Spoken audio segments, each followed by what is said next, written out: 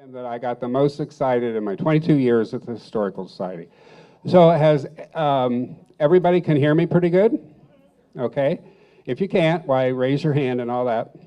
We got a lot of information to show to you tonight, and also Melissa, the first part is going to give you a lot of background, a lot of figures, a lot of names of people, contractors, amounts of money it costs to redecorate the Opera House several times. So But first, I'd like to welcome all of you, and restrooms are over here on the side if you ever need to use those. Well, welcome to that. The Legion has provided, there's a cooler back there with bottled water, so at any time you want a bottle of water, you can pick up one there. Also, we have prints for sale over here of the Opera House. Cheryl Miller had a series of Opera House pencil drawings. She only had 14 prints left, and I told her I wanted them all. So that's the end of the series. So if you any have left tonight, why, we'll be selling them at the Victorian House. We'd like to also thank again, the American Legion for providing the space to us tonight for free. So give them a big round of applause. That's awesome. And we also like to thank, over and over again, WKLM tonight, because WKLM usually live streams their sports games, but they agreed tonight to do this special event for us. It'll be live streamed on the internet right now as we speak. It's also live streaming on Facebook, and also afterwards, if you want to watch this program at your leisure and stop and start it, you can go back onto YouTube at any time, and the whole show will be on there as well. So, and lots of people are probably at home watching this as well. I told him just shoot from the waist up. Classic communication. Classic communication. They're out of Coshocton. They do all the streaming for WKLM. KLM is sponsoring it along with 6 other sponsors for the evening's internet streaming. The other people I'd like to thank before we get started are people that have come forward with some interesting artifacts. Janice Price, I don't know if she's here tonight, she showed me the first 2 color pictures I ever saw of the demolition of the Opera House, and I thank her. Holmes District Fire Department, District 1, had photographs when the fire department was located in the Opera House, and they're in the program tonight. Walt and Lydia Ramsire, the big poster you see over here is actually from the Opera House. It's an original. And the program to that show is right beside it on the table, so you might want to look at that later. She agreed to let us borrow it for the evening. And we don't want to break it or knock it off, because she told me if I do, I just need to leave town because she doesn't want to talk to me after that. The other one that I really want to thank, and you're going to see this at the end, I know we've been playing this up pretty big, but there was something really cool that was found by Cole Wingard. And Cole is here tonight, and I'm going to ask him a little bit later when we do the reveal of what it is we found, and he's going to share some things with us then. I'm not going to blow it yet, Cole. Also like to thank RES Video Services of Talmadge, Ohio. They're the ones, and you will see later why they were involved in the process. They were very instrumental in doing the Navajo Indian of Homer Hunt movie for us. So they were involved also. That's a little hint of what you're about to see. And then, of course, the Historical Society archives. We have lots of Opera House information on file there. So those are the people I'd like to thank. And so the way we're going to work this tonight, Melissa's going to do the history of the Opera House, lots of information. Like I said, it's going to look kind of small on the screen, but go home, pull it up. You can look at it on your computer, your smartphone, stop it, read it. She's going to go over it with you. And then I will take over and do the big reveal. And then at the end, we're going to give away a few things. We have a beautiful frame print up here to the best dressed couple. Now, I think we only have one couple up here tonight. So, but also, we're going to do a few other things, like we got the Opera House couple of Cats Meow. We have a Wendell August Forge ornament up here. So we're going to give those away at the very end. Then we'll open it up for questions and then give away the items. So, all right. So I am going to introduce to you. You might know her from the radio, WKLM. She is the morning show. She's also one of our recent Volunteers of the Year. Matter of fact, both of our volunteers of the year this year are here tonight. So she's going to do the history presentation, and then we'll be back in a little bit with the reveal.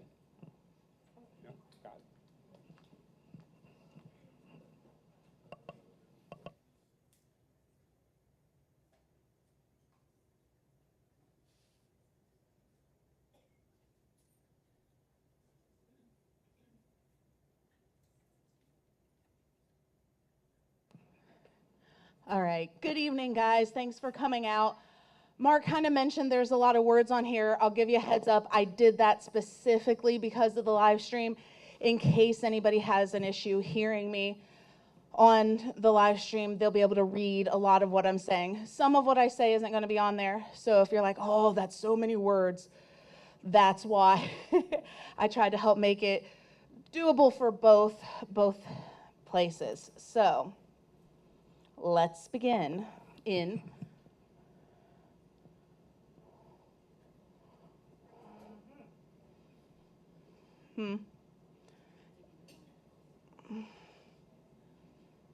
There we go.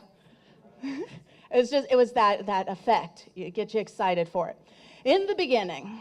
So in the beginning, before the Opera House, you'll notice that in that area there used to be a skating rink. And the firehouse was located right next to that. And this would have been in 1887. These are from the Sanborn maps. If you were at any of our map programs, you would have seen the...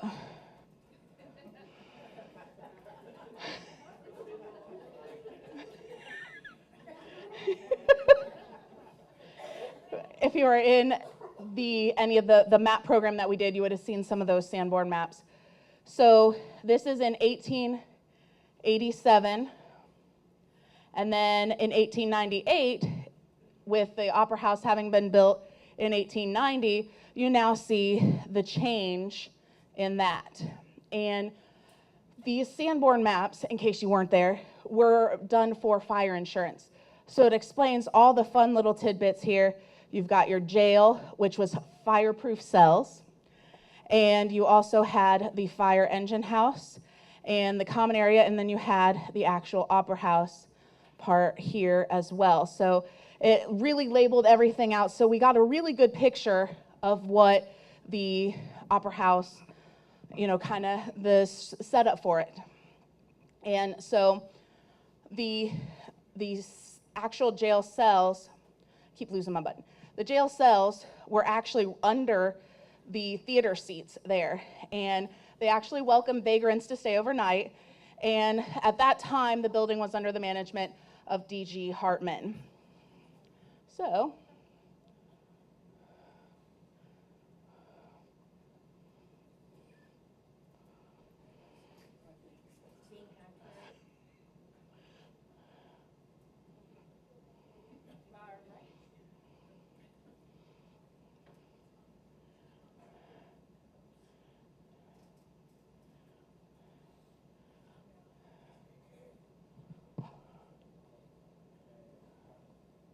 there we go.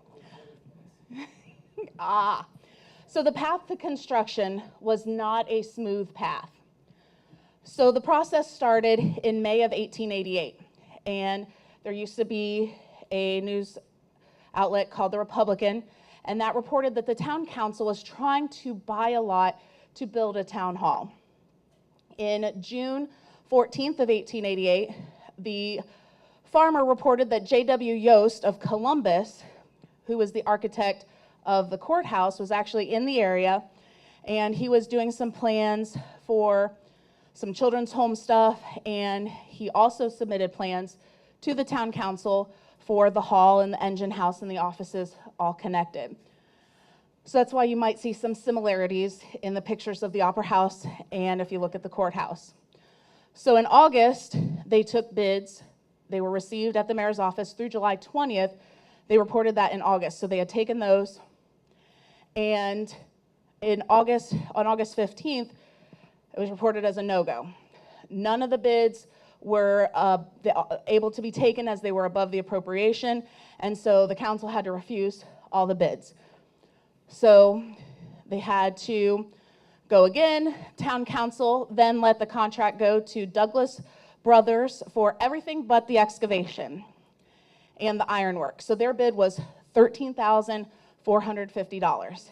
If only we could do excavation at that price today. A.J. Teicher does the excavating for $75. And Van Dorn and Company of Cleveland did the ironwork for $715. The stone foundation was to be finished in the fall, and the whole building was to be completed by October 1st of 1889. And obviously, we know that didn't happen. And the work was to begin once the old town hall was torn down. The work was sold to B. Rudy and J.J. Strom.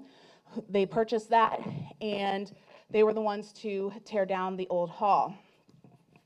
Now, interestingly enough, I didn't include that in here, but we'll tell a little story about the boys who are tearing down the thing. But finishing up this slide, the contract for the remainder of the work was awarded to M.D. Force, who did the woodwork, the glass, the glazing, painting, roofing, etc., for $5,037.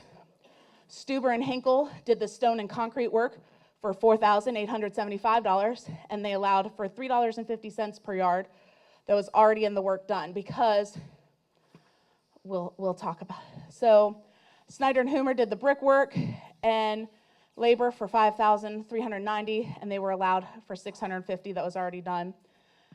And because I kind of skipped a little, they had to allow for work that had already been done, because the Douglas brothers, they were declared forfeited for non-performance, and the work was relet, and that's where all these folks come in.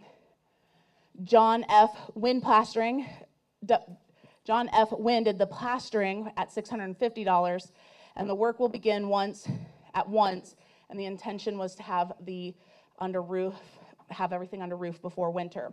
So I mentioned I'd tell a little story about B. Rudy and J.J. Strom. So they had purchased the building and to have it torn down, and among the other things belonged to that structure was the lockup, or known as the bear pen, which it was familiarly called. It was a 10 feet square and made up by 2x6 plank laid flat upon each other and spiked together with 6-inch spikes. So as reported by the Republican, we are informed that 6 kegs of spikes were used in its construction. This pen was about the unhandiest thing in the whole building to move, and Mr. Strom and Rudy, being of opposite politics, formulated a plan of getting rid of it.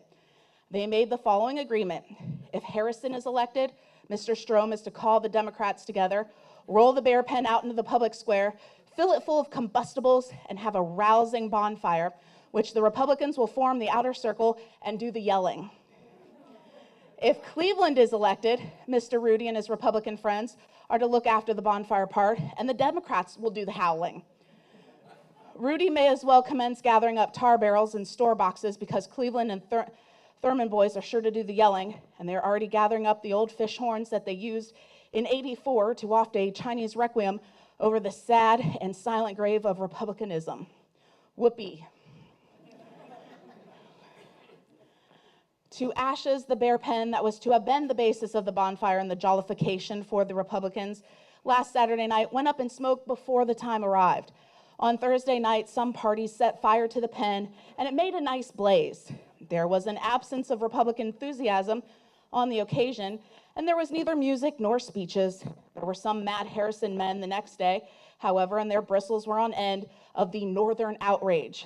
The embers of the anger soon died out, and it is not known that it was the Republicans who first suggested the idea of buying coal oil and burning the bear pen before Saturday night. What did they use the bear pen for? That wasn't in here, so I'm not sure. That I was not sure of, but the story was fun, so I wanted to share the story. So we're going to So construction was completed by 1890. So February 20th, 1890, council took bids for furniture, frescoing, and scenery.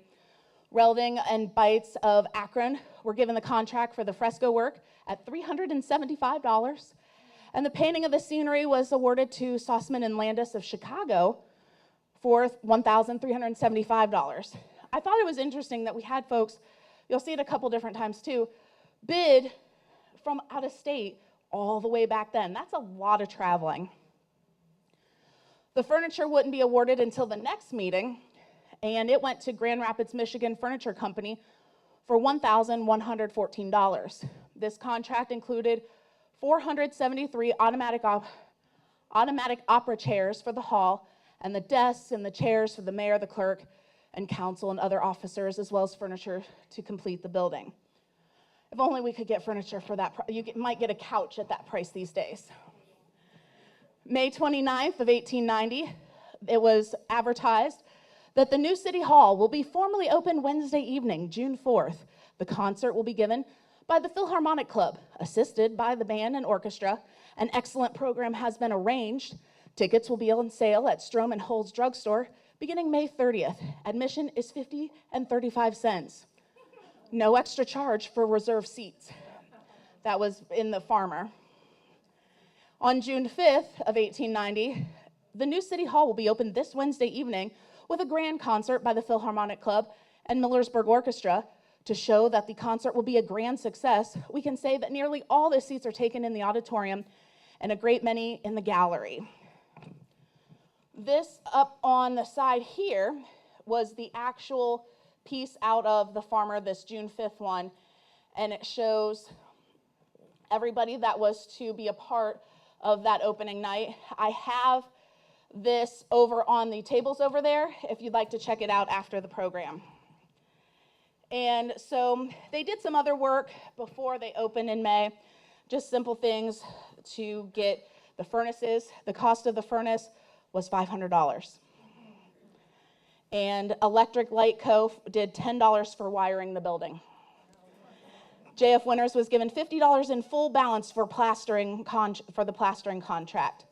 So just, kind of looking, it would be nice to have those prices back again, right? So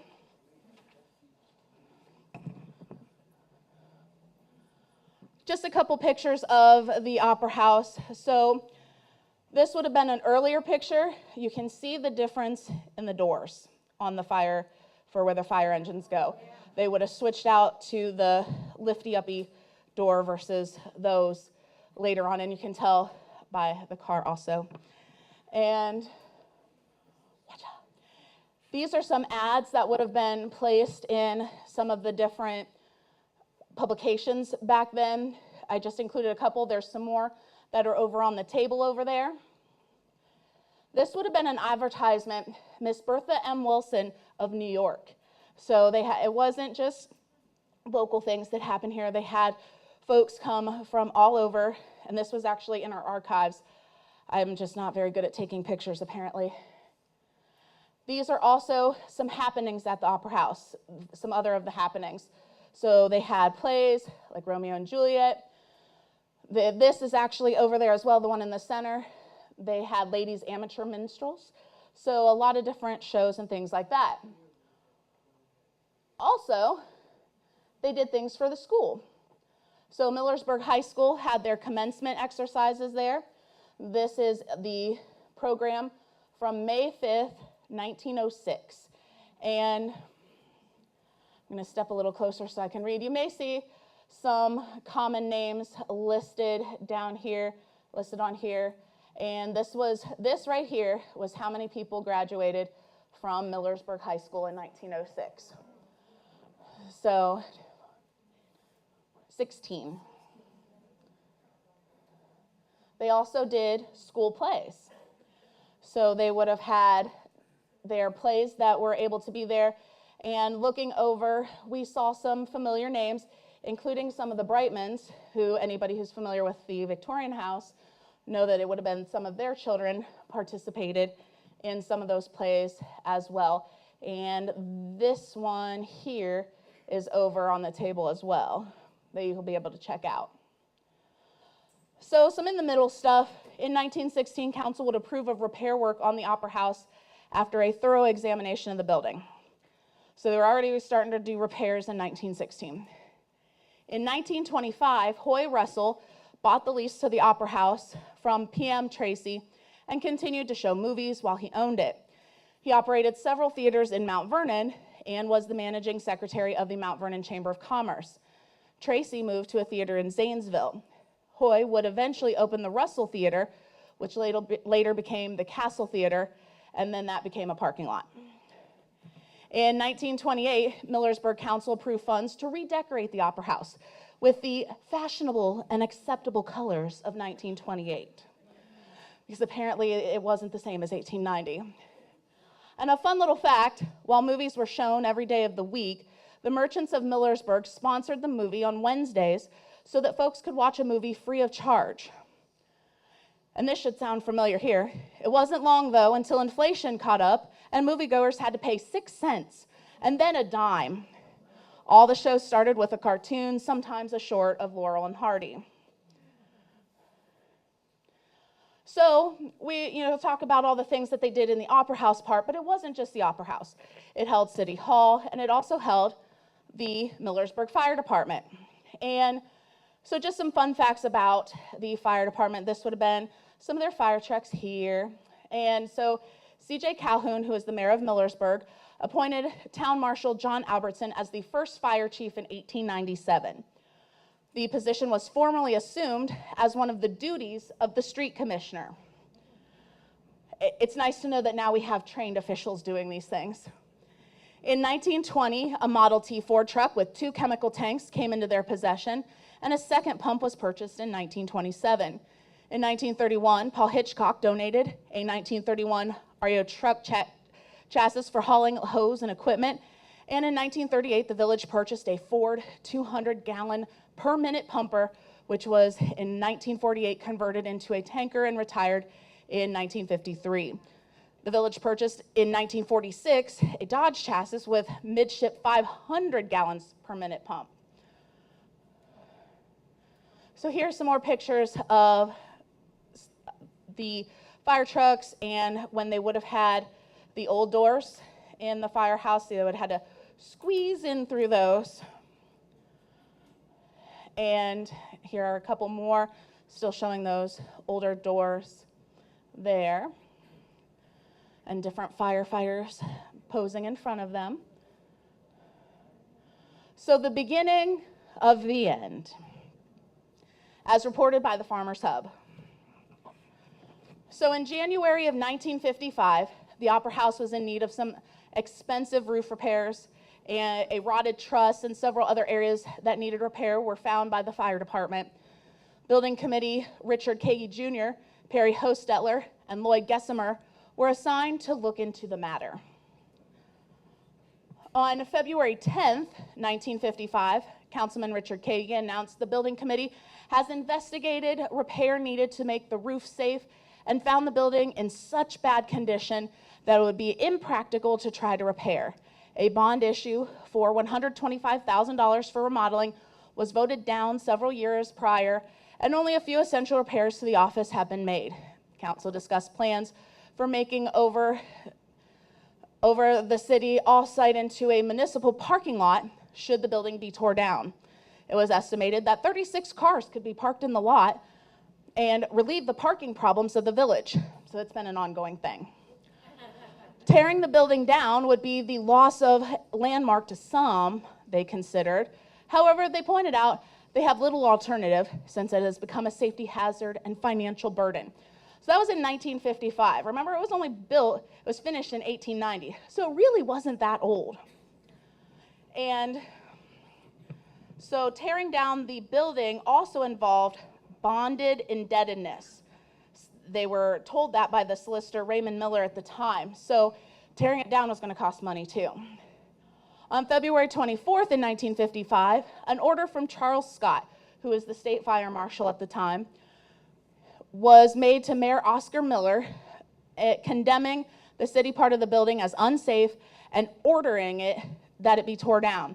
Inspector Ralph Andrag stated, quote, "The following conditions exist. This large old Opera House building is in very poor repair, the roof poor, and the leaking has caused the beams to rot away and the ceiling to sag. When very poor outside wiring is very poor, The outside walls are cracked and in bad condition. The brick is loose in the chimney and some of the mortar is out. The foundation is bad in places. Therefore, you are hereby ordered, within 90 days of this order, the above mentioned building shall be torn down and all rubbish and debris removed from the premises. So it is very straightforward. In March of 1955, council tangled with the problem of what steps to take.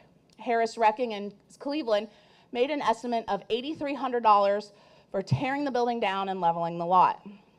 At the end of March, an appeal was filed for the fire marshal's order. The Opera House section of the building had been condemned from public use by the state around 1940.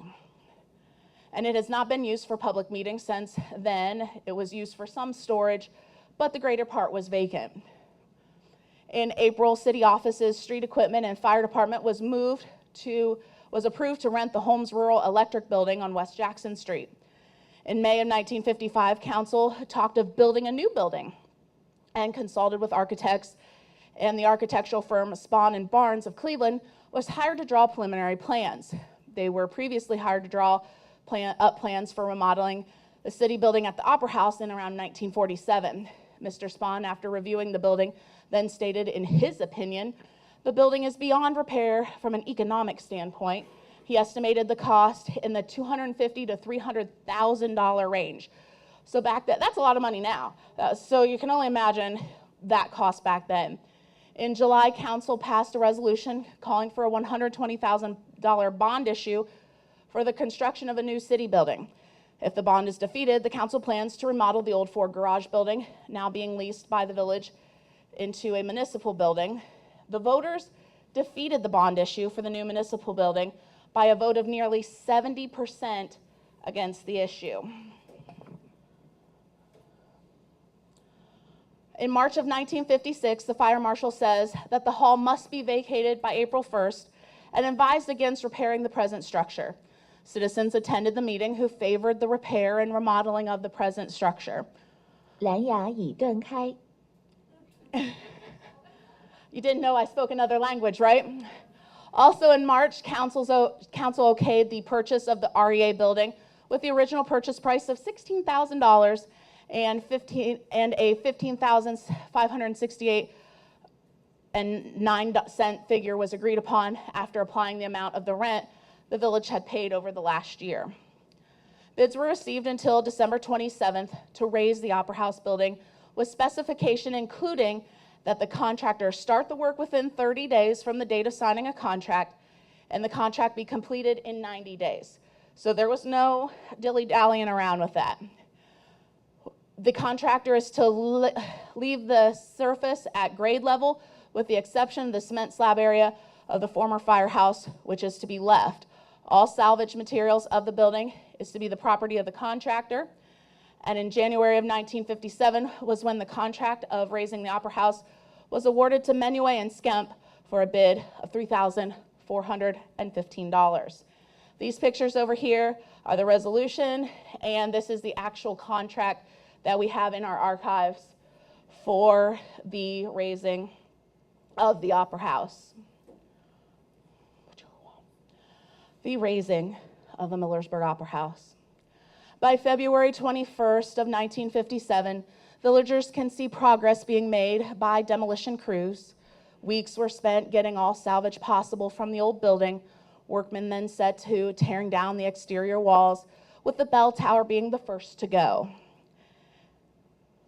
March 7th of 1957, the Millersburg Opera House was nothing but a few foundation stones and scattered loose bricks. Some say the condemning of the building was a setup, as the building didn't fall as easily as a condemned building should. So you've heard a little controversy on that, and there was some people that are like, yeah, that should have come down a lot easier if it was as bad as you say. And we may have found a few remains of it, but we have not been able to confirm that at the time of this show. So we'll let you know if we find something. But it was all leveled, and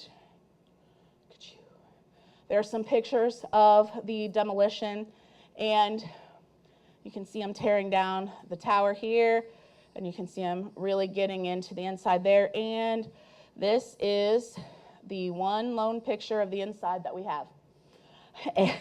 So that's it. You can see inside as they're demoing the front of that out of there. Here's some more pictures that we had found, people had got to us and showing a different angle of the Opera House here. This would be from over on the courthouse side. This would have been where this building would have been this Ohio. That would be where the extension office is now. And this would have been inside. I'm sure some of those faces may look familiar to some of y'all. And there's one saved piece of the Millersburg Opera House. I was let know that the bell that is in front of Homes District 1 is actually the bell from the tower. I was told that when we did the abandoned program several years ago. And then in 2019, the Millersburg Lions Club placed a historical marker in the place where the Opera House once stood, which is there at the parking lot between Bags and the prosecutor's office.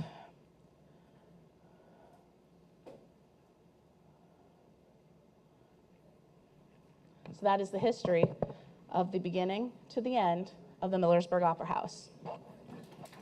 Okay. So many of you know that we have had the word out for probably over a year of looking for some interior photographs of the Opera House. Unfortunately, I can say that we have never gotten any photographs. So if you know of anyone, we're really desperate to complete our file. And actually, there's got to be some photographs somewhere taken of these events that happened, and they were big events in the Opera House. But something came to the surface not too long ago. Actually, I was made aware of it over a year ago, actually, that we had, Paul, are you getting the program up there for me? There we go. Nope. We'll get our program queued up here and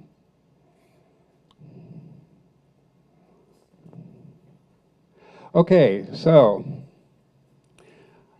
let's imagine that you went to the Opera House to a event in 1916, and what would have been shown? There was only silent movies then. There was no talkies like came later that were shown at the Opera House. And so you can go, where's my clicker? Did you hide it from me?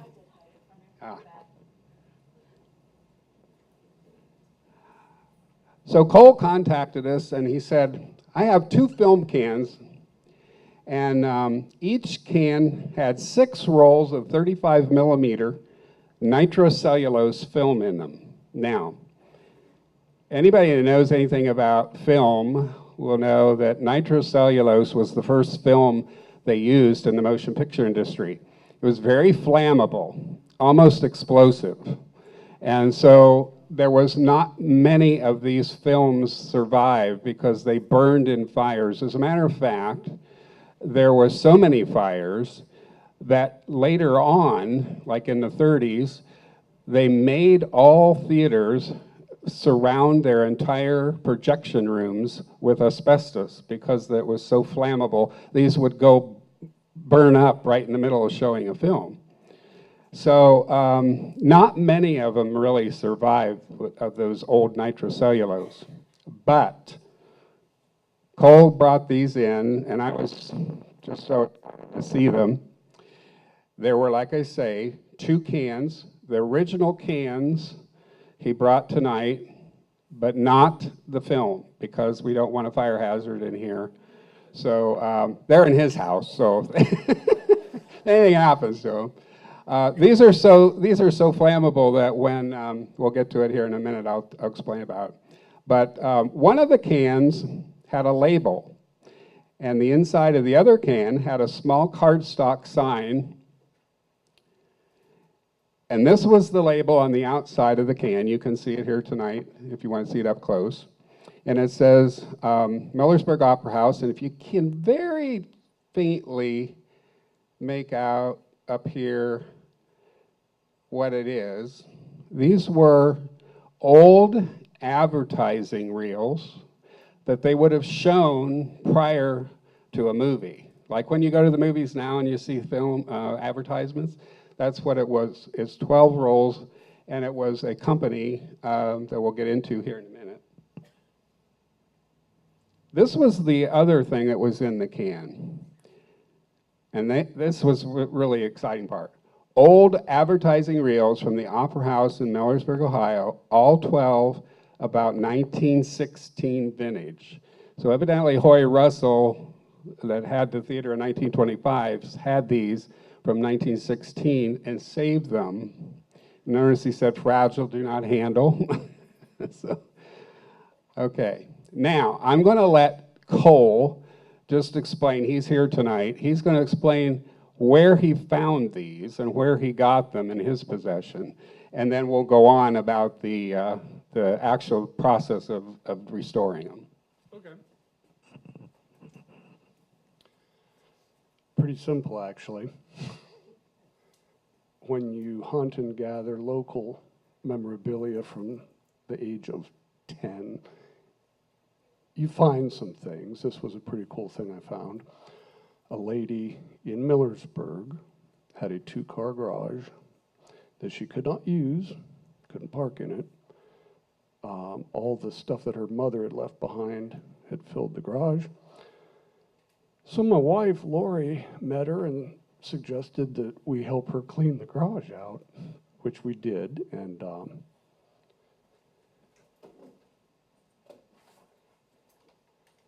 Lori found these tins, put them on a table, came over to me and said, I don't know why you were being so discreet, but she whispered, go look at those tins, they say Millersburg Opera House. Okay, well, the ads were in them. I'd like to say one quick word about the company. Draws Transfer was formed in 1900 in Worcester by Ira Draws. In 1914, Ira retired and sold the company to his son and a gentleman called Mr. Reed. In 1923, Mr. Reed bought it out from Ira's son and changed the name to Reed Warehouses. And I'm surely not the only guy. I used to patch that roof when I was a kid there on East Liberty Street, the big building that's gone. So that is a note. I also found out that today in 2023, hard to believe, but there is a Draws moving company in California. I found them on the internet. I haven't contacted them yet, but I think I will. Last thing I want to say is thank you so much to Mark and the Historical Society for preserving these ads. I sat on them for years. I wasn't sure what I was going to do with them. And this is exactly what needed done, because now they'll last for another 100 years.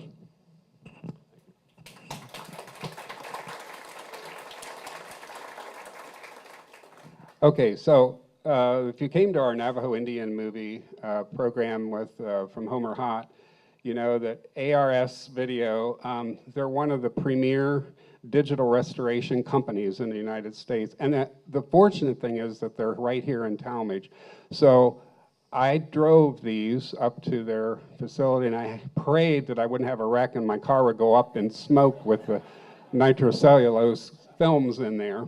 And when I got there and I opened them up, the entire staff came out and was just so excited, because they said, you have no idea how rare this is. The Kent State University has a few of them in cold storage below freezing. That's how you stabilize it so they don't burn up.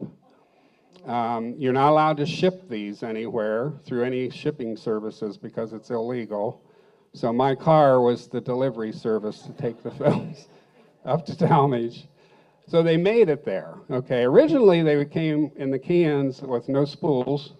So the first thing they had to do was to carefully, they had no idea. We had not pulled them out or anything, and they said, you know, the odds of these being good inside the spools isn't very good, so don't get your hopes up too high. So the first thing they did was they cleaned the films with a special solution. They're archival people, so they know how to do this.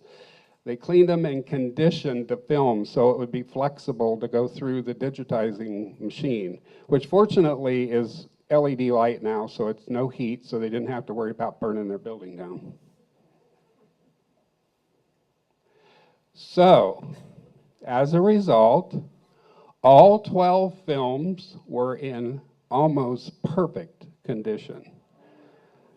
And the process began frame by frame. They would digitize each frame, put it into the computer, and reassemble it as short clips, 12 clips. The total film is about 8 minutes long. So what we did is we edited all 12 of them together and added a little bit of silent movie music to it. And now you get to see the first time. These films have probably not been seen since 1916. So with the help of them and modern technology, we are able to preserve these for the future, and hopefully it'll now start to play. I'll push the button and hope Paul's got things ready.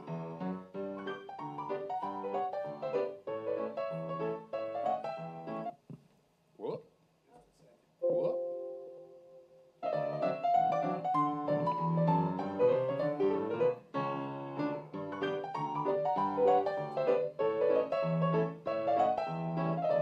Great special effects.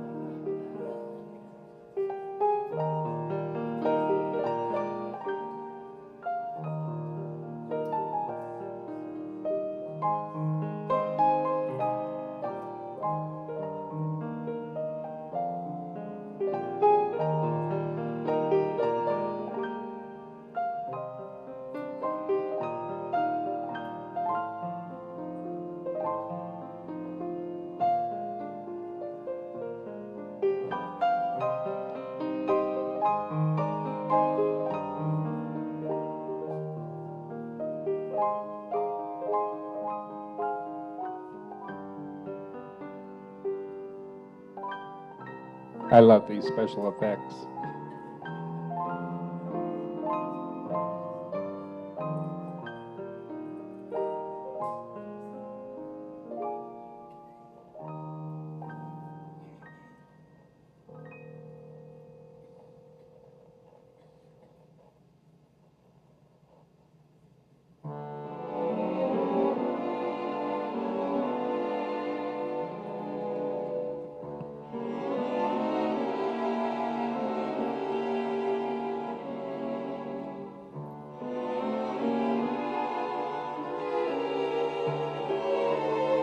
This poor lady, she got a broken chair.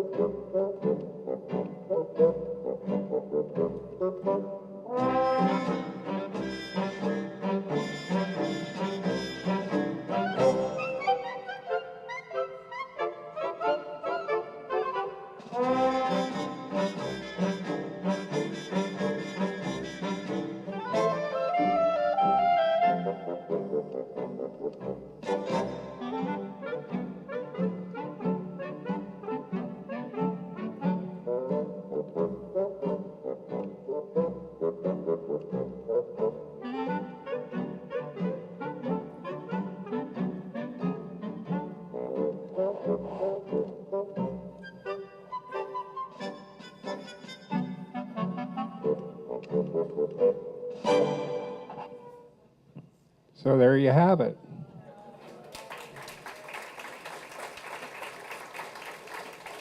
It's amazing to me that these are from early motion pictures, so these special effects, that they would have had to pay big money to have this done, and they look hokey to us, But really, I mean, it's amazing to me that, well, first of all, it's amazing that the film even lasted. So we're so happy to be able to archive these for Cole and for our archives for down the road future.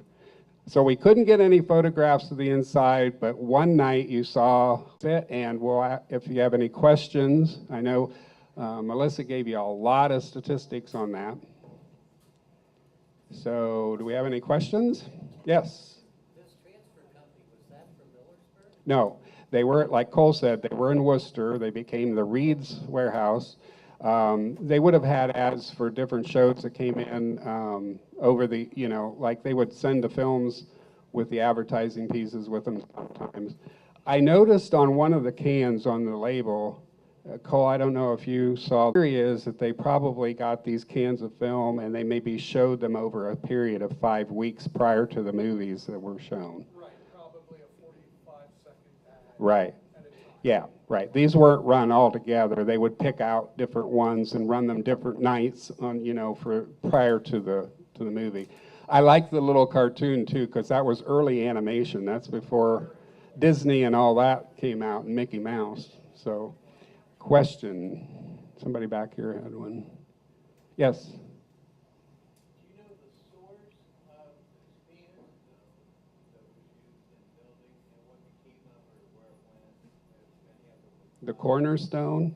no, the sandstone. Sandstone. I have one in my backyard in my patio. Yeah, my neighbor did have some, I guess, but I don't think they have them anymore. But I have one of the stones in my patio. I have my generator setting on it. Any other questions? Yes.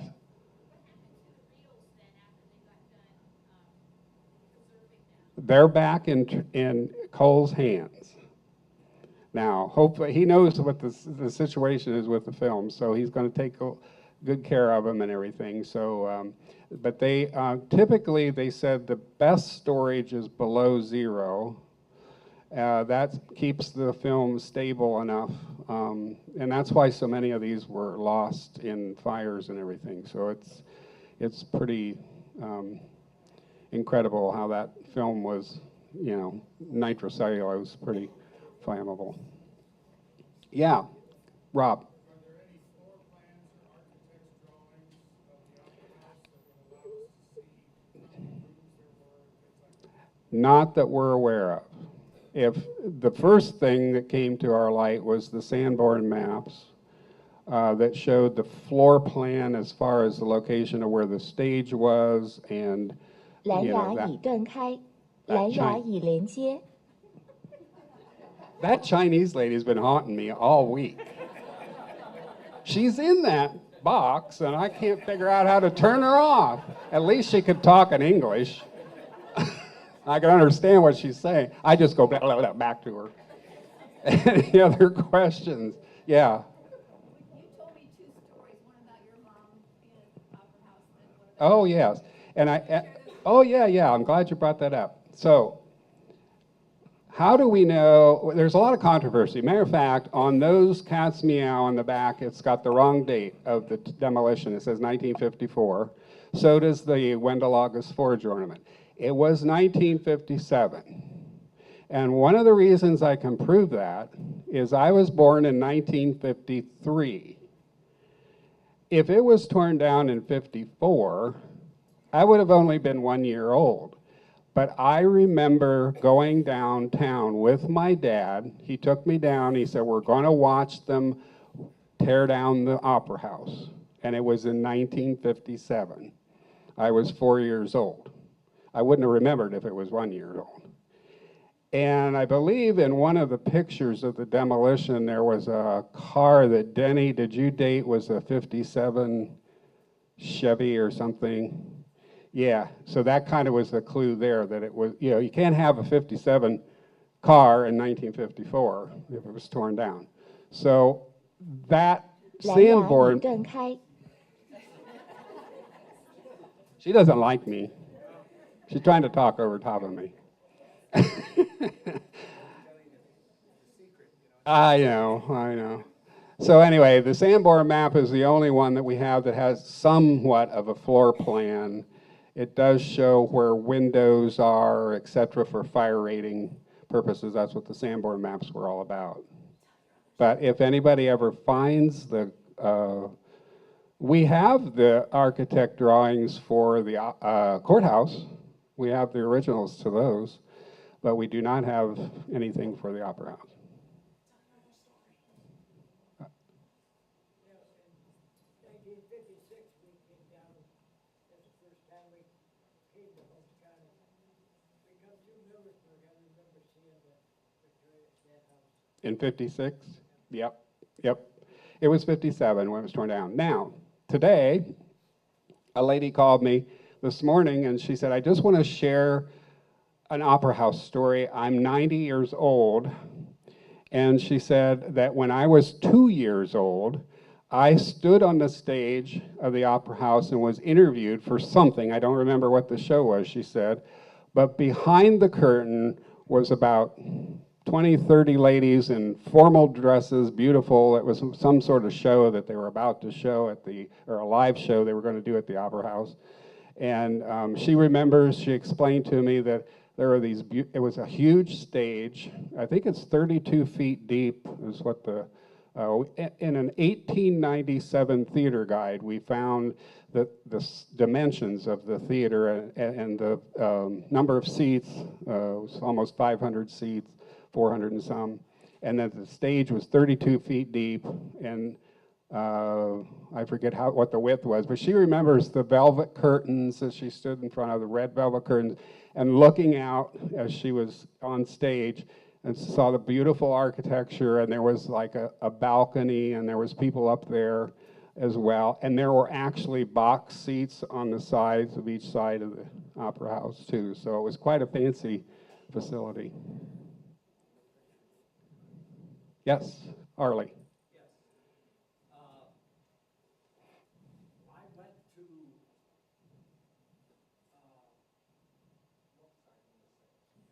That's all right. I'm 90 years old. Okay. I used to go to Boy Scouts. We had our Boy Scouts in the front corner. Yeah. And after school, this would have been late 40s, class of 50, like Joe Norman, Jimmy Weiss, myself, we would come down, the Hall boys, they lived right there close. We would come down and go back, sort of get in without maybe people not even knowing it. Because it was pretty bad shape by then. But we would go in and play basketball. Yeah, I heard that story. Yeah. Yeah. Now I have another one. My mom is 92, and she was lived just up the street with her grandparents, beside where Ted Money lives today. And she tells me that she used to go down there. Her big treat for the week was her grandpa would give her a dime, and she would walk down to the Opera House and watch movies all Saturday cartoons all Saturday afternoon. That was her big night out or day out. So. And the other thing that I think was crazy, but Robert Van Sickle, classmate of mine, he belonged to the fire department. And one day we were coming down the hill from school, the old Millersburg school, and the fire siren rang. Well, he ran, he said, come on, you go with me. But what you had to do, you had to break a little square window with a little thing, like a hammer hanging there. You'd reach in and unlock the front door, and that's how you got in. The first one there, he was the first one there, and he said, hop in, we're going to go. So I hopped in, we took a fire truck and went to Holmesville for a grass fire. Oh my gosh. Now there's a story for you. That's a good one. That's great. That's good. That's good. Is there anybody else here tonight that was actually in the Opera House or the fire department? Really? Okay, great. Do you have anything to share?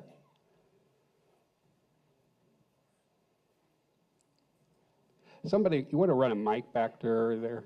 It might be. You're walking. While she's going back there, I want to thank Melissa. She dug a lot of deep into the files to get a lot of this information she's got here. Help of Candy. What's that? With help of With, Candy. yeah, with our curator, who keeps track of everything in the house. When I was a girl, my friend lived next door to the Opera House. And one day we snuck in and got to see the theater. And it was amazing. I was up in like the balcony part and looked down and got to see the big stage. And so it was amazing. And I really wanted to see more, but we were afraid somebody was going to see us. So I did get to see it once, though. Can you imagine if, just for a minute, what it would be like if we had that building today and we could have shown this in there tonight, in there? Wouldn't that be great? There's another question in the back there, comment.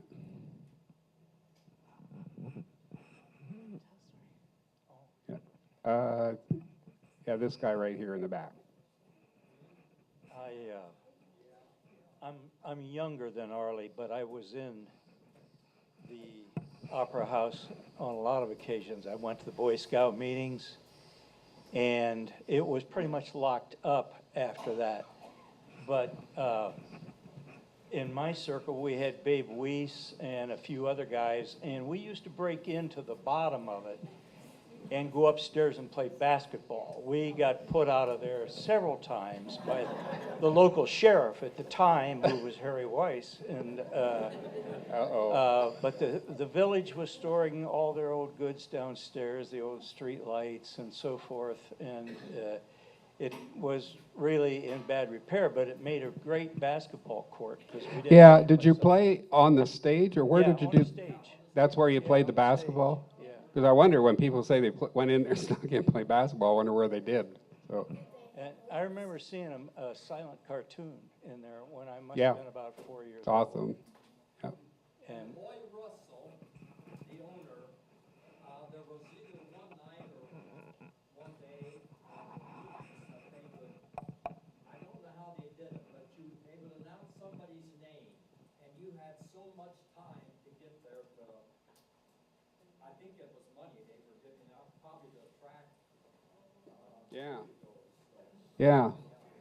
Hoy had the Russell Theater, and my mom was an usher in the Russell Theater. She used to be the lady with the flashlight that went down the aisle and showed you where your seats were.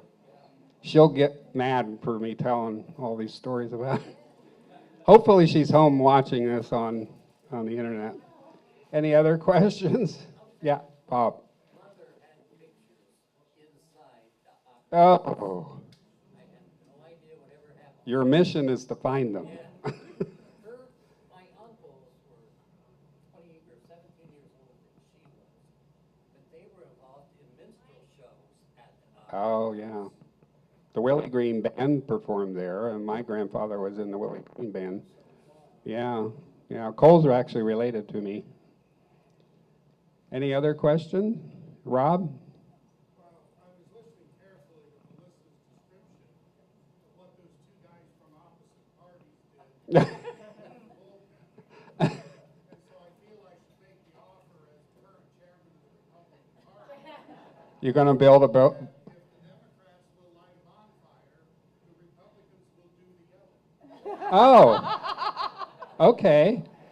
Well, maybe we could get Dave to have the commissioners do something like that for a ceremonial thing or something. Any other, there was a couple hands up, yes. On copy day, a lot of us kids went in to get our copies, and that's why we had to go into the main front door to pick up our copies. Yeah, I remember that too, but I'm not old enough to remember that, but I remember going into the basement of the courthouse to get the poppies, because Mom was the president of of this, American Legion Auxiliary, so I used to get drug as a kid to sell poppies. So, any other comments, questions? Dave, do you have anything you want to add? Okay. Well, we do have, all of you received a program when you walked in. Are you ready for this? Yeah, I'm ready. Let's do this. Okay. So all of you received a program when you walked in. A little postcard. The reason we did that is because when you would have went to a show at the Opera House in 1916, you would have received a program very similar to this, as you saw in the slide and what is over there. So if you look at this side of your program that has all the writing on it, there are four of them that has a colored dot. If you have a colored dot, Raise your hand. let me know. We have each Dave. one correlates to a prize. We've got the 2 Opera House Cat's Meows. We have a Victorian Cat's Meow, and you get the very special, rare, incorrect dated Wendell August Forge. So this is a collectible right here. So who has the green dot? Okay, Mary, green dot gets the ornament, the very special collectible ornament. Who has the yellow dot? Okay, you get a Cat's Meow Opera House. Who has a pink dot? You also get a Opera House Cat's Meow. The orange dot, where's my orange dot? You get the Victorian House Cat's Meow.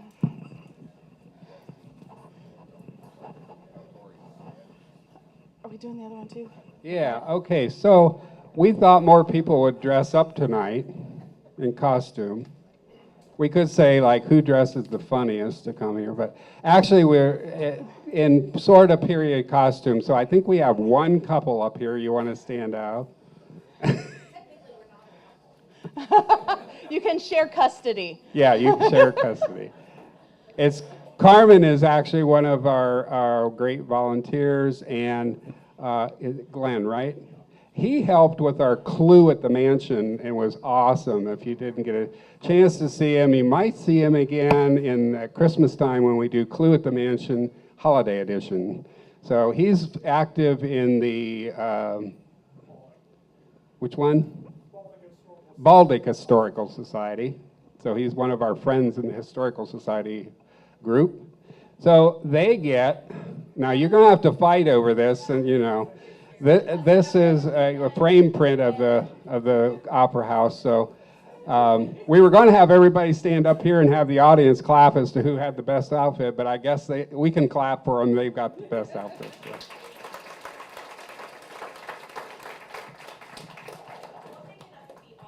There you go. She works for Alanovas and she's also on our program committee and was a recent Volunteer of the Year and all kinds. She does all kinds of stuff for us. So, all right. Any other final questions? Okay, I'd like to invite you in September. We were hoping to have our town Millersburg history. That's going to be a big one.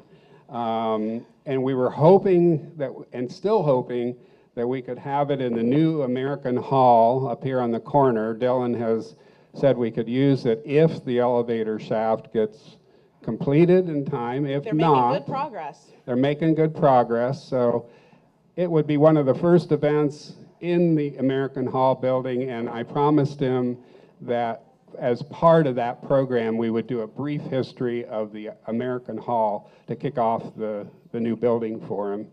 And then we'll go into the history of Millersburg. That's going to be hopefully in one show, but may have to be 2 parts. We don't know yet. So we haven't got Still working on that one. Still working on that one. So, And they have a whole schedule over here at the table if you'd like to know any of our other events Yeah. that are coming up throughout the year. You can pick one of those up before you head out. okay, well, I'd like to thank everybody for coming, and you're part of history. You just got to see something that hadn't been seen for over 100 years. So.